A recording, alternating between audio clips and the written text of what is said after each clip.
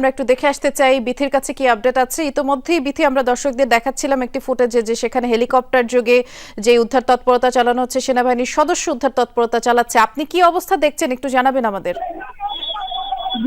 এখানের অবস্থা আসলে সামনে না দেখলে ভাবে প্রকাশ করা যাবে না। শিক্ষার্থীরা বের হচ্ছে এবং তাদের প্রথমে আমি আতঙ্ক দেখতে পাচ্ছি। অভিভাবকরা যারা আছেন তারাও আতঙ্কগ্রস্ত। এলাকাটা আসলে খুব আতঙ্ক দিয়ে ছেড়ে যাচ্ছে। একটা ছয়ের দিকে যখন আমরা জানতে পেরেছি, একটা ছয়ের দিকে হচ্ছে প্রশিক্ষণ বিমানটি উড্ডয়ন করে এবং কয়েকটা কাছাকাছি সময়ে সেই বিমানটি বিধ্বস্ত হয় এবং যেই ভবনটিতে বিধ্বস্ত হয় মালিকসেন স্কুল অ্যান্ড কলেজের যে ভবনটিতে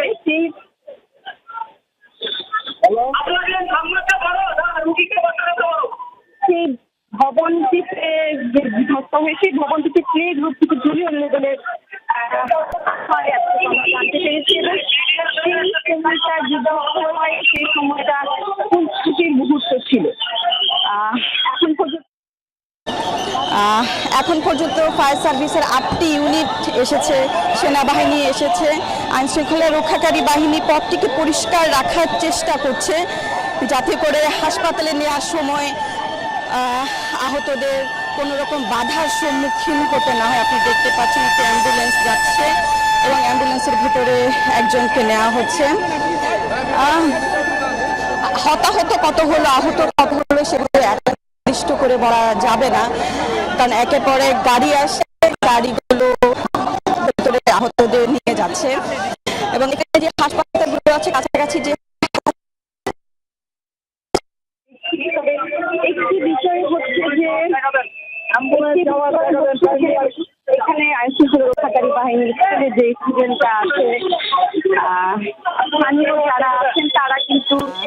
স্থানীয় যারা আছেন তারা কিন্তু বেশ দায়িত্বশীল ভূমিকা পালন করছেন। তার কারণ হচ্ছে একদিকে ব্যারিকেড দিয়ে রেখেছে যাতে করে উৎসুক কোনো জনতা যেন ভেতরে আসতে না পারে, যেটা ঘটনা ঘটলে উদ্ধার কাজ ব্যাহত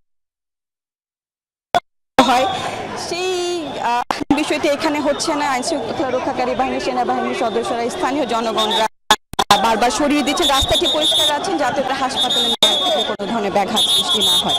যে ঘটনাটি বলছিলাম, মাইলস্টোন স্কুল অ্যান্ড কলেজের বেশ স্বনামধন্য একটি প্রতিষ্ঠান এবং এই স্কুল এবং কলেজের শিক্ষার্থীর সংখ্যাও কিন্তু অনেক বেশি। নুরু ভাই, আমরা একটু সরে যাই যেভাবে বলছেন, কারণ আমরা জায়গাটা পরিষ্কার রাখতে চাই যাতে আমাদের জন্য কোনো রকম বাধা সৃষ্টি না হয়। তো একের